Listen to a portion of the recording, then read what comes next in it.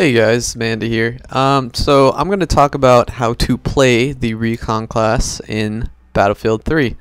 And I'm going to spoiler alert you here right now that in this game that you're going to be watching, my team loses. And that just goes to show that no matter how good you do individually and no matter how well you fulfill your role, if the other 11 guys on your team are jerking off, then you're going to lose the game. So I'm just going to talk about my preferences here and the gameplay and yada yada yada and pretty much everything about how I like to play the class. And from the time I've shot this video until the time I recorded this video, I've actually learned a lot more. So I'm just going to pass on that knowledge to all my viewers who are checking this out and want to get better at playing Recon. Now, one of the worst parts about playing Recon is people, well, actually it really doesn't matter what people think, because in my experience playing on Xbox Live, I think I've met 6 people with a mic probably, and I'm literally counting 6 people who have had a microphone while I am playing Xbox Live. So even if they think you're some kind of kid sitting back in a bush somewhere with SV98 popping dome, doesn't really matter because no one will tell you. And over here I'm using the MK11 Mod 0, and that's a starting sniper rifle for the US side. The more you play Recon, you actually unlock it for the Russian side too. So I personally like this one more than the SVD, so it's my first choice. Now, as you notice, I'm not using a regular sniper scope here, and one of the reasons is because if you look at this alleyway, yes, it's long and you could sit back with a sniper, but the thing is, when it comes to semi-automatic snipers especially, I'd rather have the regular scope. And over here I'm trying to drop my my mobile spawn. So the one thing that I dislike about the mobile spawn is it's very difficult to drop. And it's not so much that it's difficult, but the thing is, it has to be on a flat surface, and it can't hit the flat surface in a way where it's going to poke out of something. Now, as stupid it is that you can put your legs between a wall and have only your torso sticking out, you can only drop that on a flat surface. And that will also go for the rest of your equipment. So like I was saying, I like using the MK11, but you could use any sniper. Any sniper will get the job done.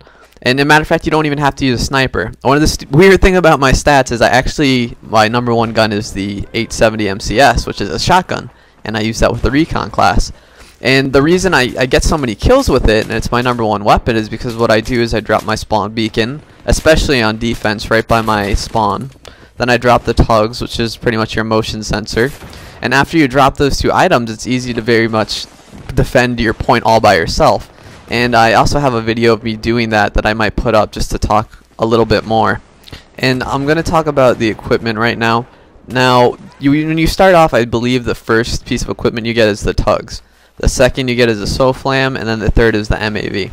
Now, I will say flat out the MAV is probably the greatest piece of equipment in the game.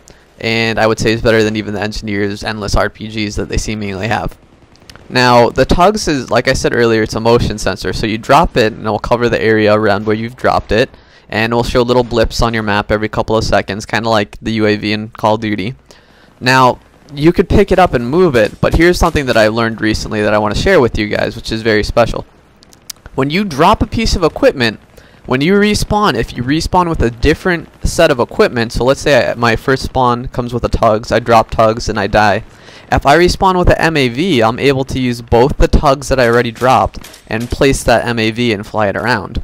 So for your first spawn, I'd recommend picking up the tugs and dropping it somewhere near one of your bomb planting sites, and then going back and taking the MAV.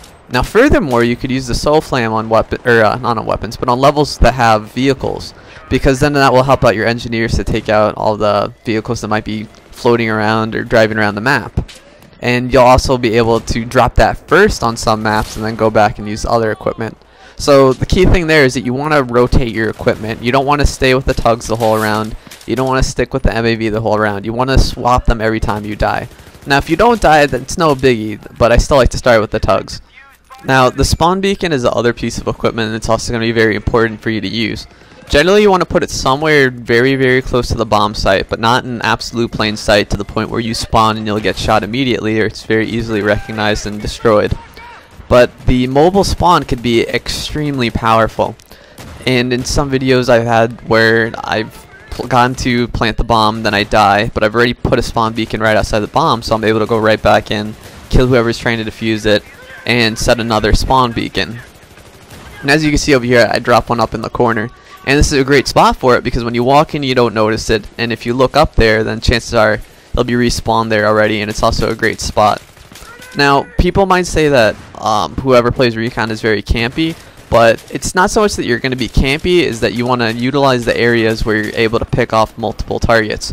So over here, you can see my mobile spawn's up here in the corner, I'm up here in the corner, and I'm obviously going to respawn right here when I die, as long as they don't blow up my mobile spawn. And my squad mates could also respawn there. And look at the guy who's killing me on the kill cam. He's still shooting, and it looks like my teammates don't notice him. But you see my spawn beacon's there, so I pick my spawn beacon, and I survive the RPGs that are flying in here. And again, I'll pick off, I don't even know if I picked off that one guy, but the idea is you're able to keep getting in there, and you're able to do a great job of defending your points in your MCOM and Rush.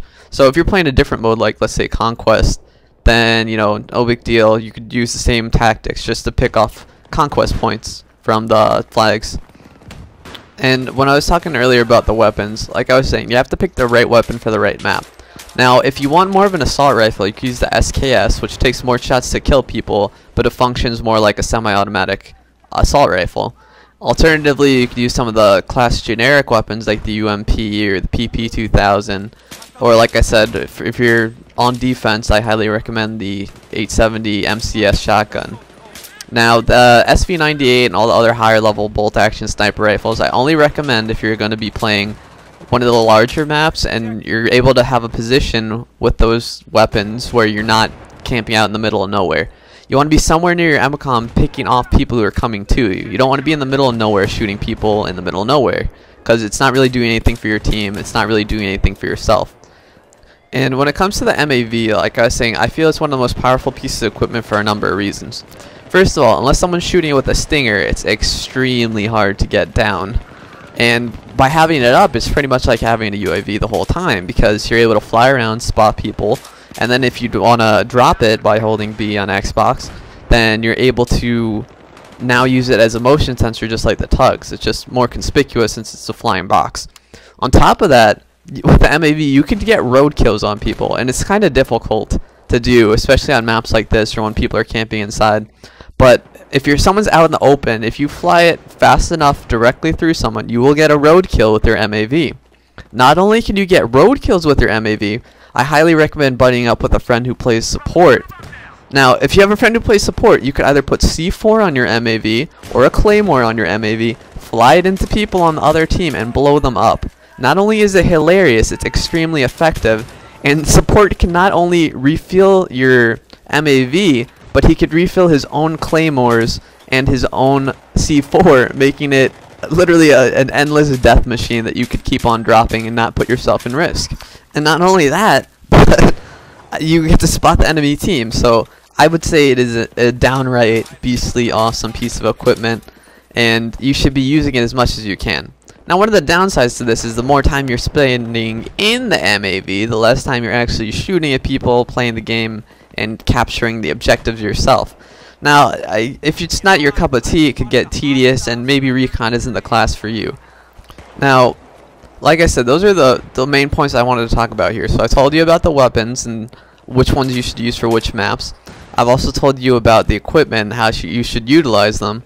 So the last thing is just the general playstyle. Like I said before, Recon can be campy if you play it that way, but you can also be extremely aggressive, especially when you're using the shotgun, as I've said multiple times.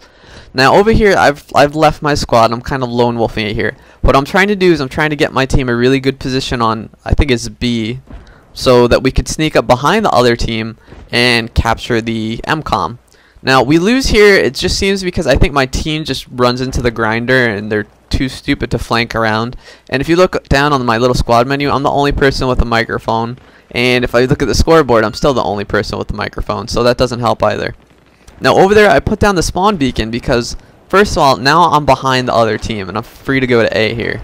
But what I'm going to do is I'm going to try and scout for my team here, and like it's one thing that I didn't really talk about yet is spotting, which I believe every class should be doing, but Recon is the quote-unquote spotting class. So make sure that you're fulfilling your role in marking people. Very often I'll mark them even before I shoot in case I miss or they run, because there will be opportunities where you'll have time to shoot and you get the first shot, but then they sprint and you miss the second. So it's good to know where they're going before you take that first shot. And I'm not 100% sure if now with the mark 10 and the other semi-automatics if you could actually one-shot headshot all the time. Like over there I did one, I think I did one a little bit earlier, and here I'm going to plant the MCOM. But as you say before, I'm the only person here. The rest of my team looks like they're going for B. And I have my spawn point over there, and here I'm going to use my MAV as a motion sensor instead of flying it around. So I'm going to know when someone comes to defuse it. Now this is a really powerful tactic, because this way my body isn't vulnerable, but I still know who's coming around me without having to fly the MAV and spot people. And over here, I'm trying to get both, but I'd had a feeling that I couldn't. But it turns out that I'm able to get at least one, and I have my MAV kind of, or not my MAV, but my mobile spawn kind of far away. But my hope is that I'm going to be able to get back there in time. Now at the time I didn't know about being able to spawn or with different equipment and not have your other equipment destroyed or not be there. So if I were to be playing this again, I would have swapped to my tugs over here so that I was able to drop another motion sensor near them and figure out where they're all going. Now over here, this is just pretty much me really trying hard to get to A, and as I recall, I get a lot of kills down here in this alley. But it's not about the kills, it's trying to get the objective. Now, the thing is, I'm waiting here patiently to make sure that it's clear to run in there. If you're rushing with Recon, you still have to take your time to scout out the area and make sure that you're not going to end up in a 1v3 situation where you're just going to end up back at your mobile spawn. And if my teammate actually had a microphone, I could have told him to spawn on my mobile spawn, which isn't a great spot for my team, because then my whole team would be able to come behind everyone. And over here I killed one guy, but then we had an assault pick him up, so I was able to pick him off again. And I believe I get him again over here, but then I die. Oh no, actually I die here, then I respawn. I believe I get both of them. And I'm going to take this time to talk about my personal weapon choice. Now, I don't like the scopes on the sniper rifles for two reasons.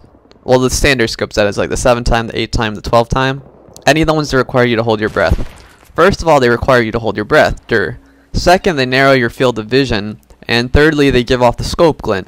Now, personally, the scope glint is the biggest weakness for me, because it's just ridiculous, because you're just giving away your position wherever you're trying to shoot someone. And if you're trying to play Recon stealthily and get behind the team, then it's not going to work for you. Plus, there's also the additional time it takes to aim down the scope. So like I was saying, unless it's a long, large map, then I would not bother with any of the larger scopes. So that's why I use the regular hollow or the red dot. Also, I like to use a suppressor because I don't feel the effects of a suppressor personally. I don't understand what they do. I'm just going to take a moment to talk about the RT jam equipment arrow. You can use that to jam claymores, other motion sensors, other MAVs, C4, EOD bots, a whole crap ton of stuff. So if you want to get any of those things with it, be my guest. Very often I don't see myself using that feature. I just wanted to bring it up real quick. But back to my weapon choice. I like the suppressor because it says that the weapons do less damage at greater distance, but I don't notice the damage reduction because it takes 2 shots to get people with these semi-automatic snipers to the body anyway, and I believe even at the furthest distances it does at least 50, so it doesn't really matter to me so much. And I like the fact that it makes my gun very silent. It doesn't have the muzzle flash, and it's not as sniper rifle sounding, so it doesn't make the swoom sound that the rest of the other ones make. Now at this point you can see that we're running low on spawns and we're down to 26 here. Now I think one of the biggest problems is that I don't think my team ever spawned on my mobile spawn beacon. And just to give you guys incentive for using your equipment, you will, first of all, you'll get a crap ton of points for spotting people. You'll get points for spotting people with your MAV. You get points for having motion sensor assists with your MAV and your tugs. And not only that, when people spawn on your spawn beacon, it counts as squad spawn. So you'll get points for all your teammates spawning on your squad beacon. Excuse me, spawn beacon, not squad beacon. But point in case, if my team were to be more communicative, then we would have been able to come behind instead of my team continually going down the alley. And when I feel what happens here is that my teammates continually go down the same alley and just kind of feed the grinder, and we end up, you know, losing all of our tickets and losing. And again, if you have friends to play with, it makes it that much better. Now, playing as Recon, I would say support and engineer are your best friends. Support more so. Like I said earlier, if you can team up with a good support player, you're able to use your MAV as pretty much a heat seeker missile on anyone and anything. Matter of fact, you could even put C4 on your MAV, fly it into a jet or a chopper, and just simply blow it up and laugh. So it's very fun to do, but it obviously requires communication with a support player. If you're unable to do that, you won't be doing it that often. Now, I also like playing with engineers because with your SoFlam, you're able to mark things for your engineer to make it so he's easily able to destroy them. But again, that also requires engineer with a microphone. So if your friends play one of those classes, more power to you. Personally, I feel assault goes well with everyone just because, you know, the revives and the healing boxes are baller. So if you could get those, use them up. And like I was saying, I think I've covered all my points right now. First, weapons. Second, equipment. Third, general tactics. And fourth, playing with your teammates of different classes. From this point on, I'm just going to talk about what I'm doing here. As you can see, I armed the MCOM. And I think my mobile spawn is right around the corner. And over here, I'm just trying to cover my team so that they can't flank around us from that angle. But I die there. So I'm going straight to my respawn beacon again. And like I was saying, the Recon beacon is extremely powerful when used correctly. As you see, pretty much every spawn I have in this game comes off my spawn beacon. I don't spawn off my teammates because first of all, my teammates could be in dangerous positions, which I really can't tell from the box. For at least the spawn box selector, whatever you want to call it. Secondly, if I spawn all the way back at our original spawn, I'm out in the middle of nowhere and it's going to be very difficult to pick people off. And even to get to the objective to plant, it would be quite time consuming. So the spawn beacon I'm making great use of here. We also have a lot of people running away from the MCOM site, so I dropped my MAV to try and clean up a couple guys and try and make my push over to A. Now the issue I'm having here is that there's only one ticket left, and like I said, I didn't die a lot here, but my teammates just kind of didn't use their brains when they were going for the objective, so we lost. I believe this is going to be the only class video I make, just because this is the only class I really enjoy playing. It's the only class I'm really comfortable with, and I don't really want to give tips on other classes I really don't play as much. Like at this point, I'm already on my second service star, or at least I'm working towards my second service star. But hopefully I'll have some more Battlefield 3 videos up soon. And for my other fans of my Gears of War and Call of Duty stuff, I'm going to have a new Gears of War video up soon. And I will probably have a Modern Warfare 3 one whenever that comes out, but everyone's going to have one of those, so feel free to check out their stuff too. So, hope you guys enjoyed. Later.